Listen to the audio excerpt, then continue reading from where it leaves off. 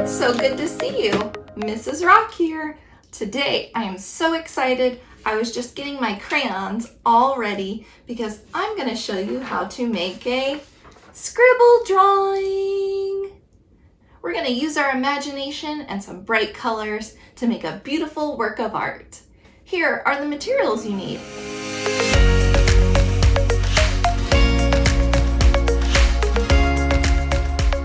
Start my scribble drawing, I'm going to need my piece of paper and a marker, and you can use a Sharpie or a regular Crayola marker. Either one is fine.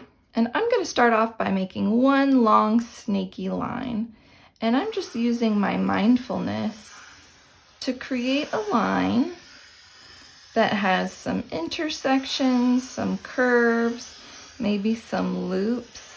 I could even make some zigzags in there, and I want to just keep going until I've filled my whole page with interesting looking lines.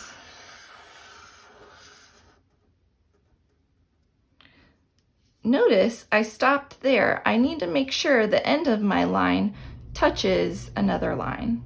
Same thing with this end here.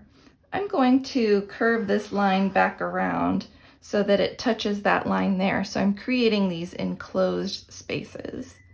Now I want you to notice the difference between this drawing and something that looks like this.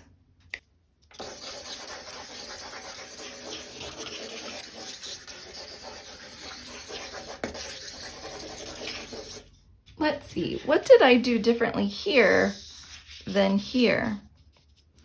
Well, it looks like in this drawing I made nice, neat spaces that I can end up coloring in.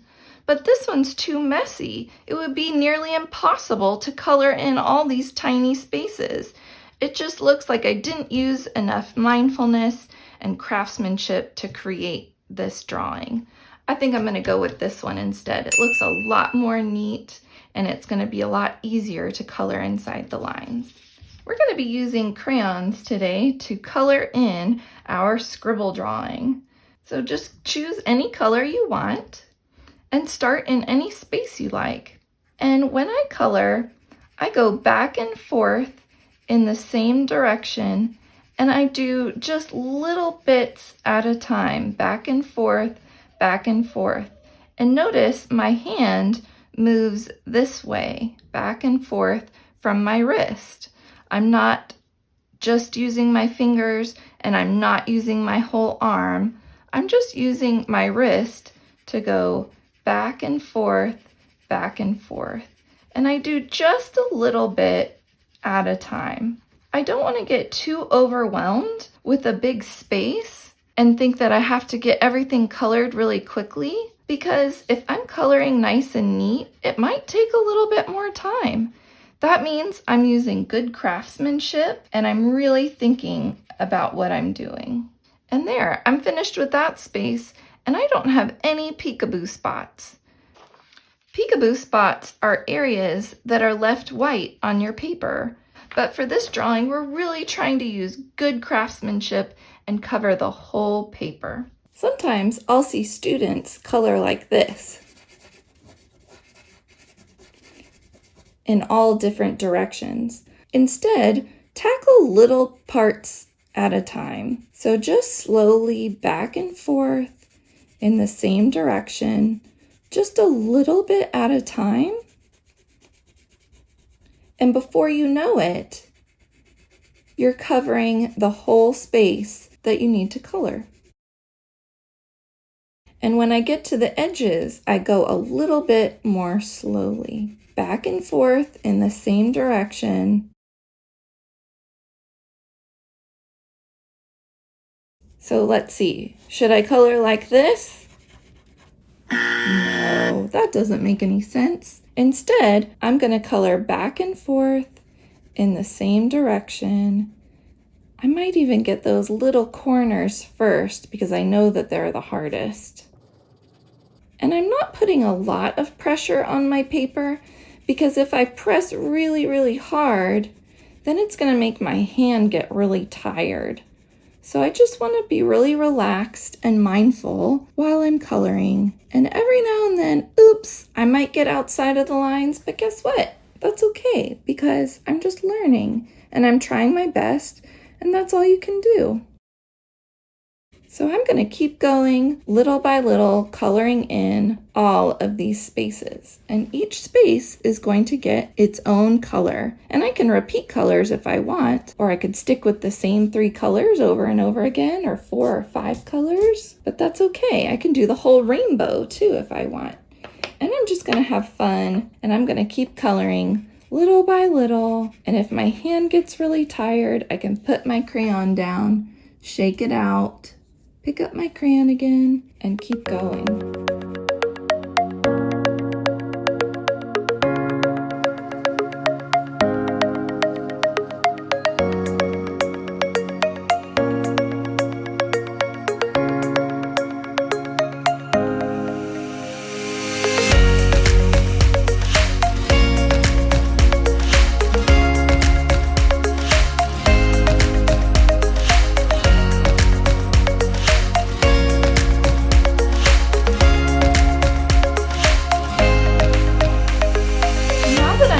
Coloring inside my scribble drawing, I'm not going to worry about this space around it because I'm going to cut that part off using scissors.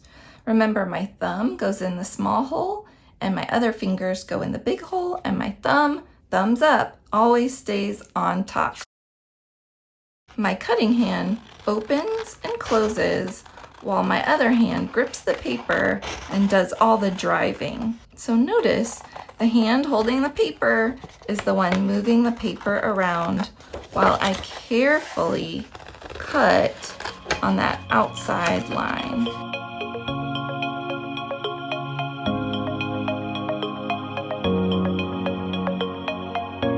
Choose any color construction paper on which to mount your scribble drawing. So what I'm going to do is flip my scribble drawing over so I'm looking at the plain white side. And now I'm ready to add my glue. When I'm ready to start gluing, I need to open up my glue. Right now with my glue bottle, the top is touching this white part here. That means I know that I need to grab this cone part and turn it like this. And when I turn it, look what happens here. I end up with this space here. So now I know that my glue bottle is open. And if you give it a little squeeze, you can hear your glue bottle breathing. So sometimes I'll see students and they'll hold their glue bottle like this and they'll squeeze with both hands. Well, that's using too much energy. We really don't need to be that rough with our poor little glue bottle. Instead, we're going to let gravity do the work for us. So I'm going to touch my glue bottle to my paper about a finger width from the edge of my paper. If we're too close to the edge of our paper, the glue is going to ooze out, and that just makes a mess. So we want to make things nice and neat. So I'm going to touch my glue bottle to my paper and I'm going to draw with the glue. So I'm just going to gently squeeze. Gravity is doing most of the work for me. Gravity is the force that holds us to the earth. That's why when we jump up, we always come back down. So gravity is pulling the glue to the tip of the glue bottle. That way, I don't have to do much work. All I do is gently squeeze and drag it along the surface of the paper, and I end up with a nice, neat line of glue. And I need to always pull my glue bottle. If I push it, I won't get that nice, neat line. So if I push it like this, it just kind of smears. So I always want to make sure I'm a little bit away from the edge of my paper. I'm dragging my glue bottle, pulling it, and it ends up making a little trail of glue, kind of like a snail does when it's slowly moving across the sidewalk. So there is my nice line of glue. And then I've got all this center part. I can be a little bit more free with how I create those lines. And that's all the glue that I need. Now I'm going to carefully pick it up just by the edges. Before I put it down, I want to put my head kind of over my paper so I make sure it's centered in the middle of my paper. And right when I put it down, the glue hasn't really stuck to the paper yet, so I still have a little freedom to kind of move it around and wiggle it into the right place so that my drawing isn't hanging off the edge of my construction paper. And I think that that looks centered like that, so I'm going to go ahead and press that down. But I still see, oh, this is kind of flipping up here. So what I'm going to do is take this whole thing, turn it over, and give it a nice back massage.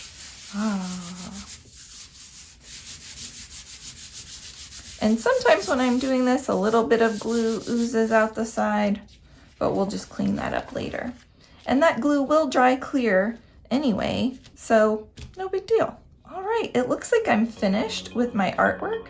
So the final touch I need to do is take my Sharpie and I'm going to neatly write my name in the bottom right-hand corner. An artist usually signs their name, and you are an artist, so you're gonna do that too. And we're finished. I hope you had fun making this scribble drawing. Remember, yours might look a little different than mine. So remember, when you're creating, the possibilities are endless.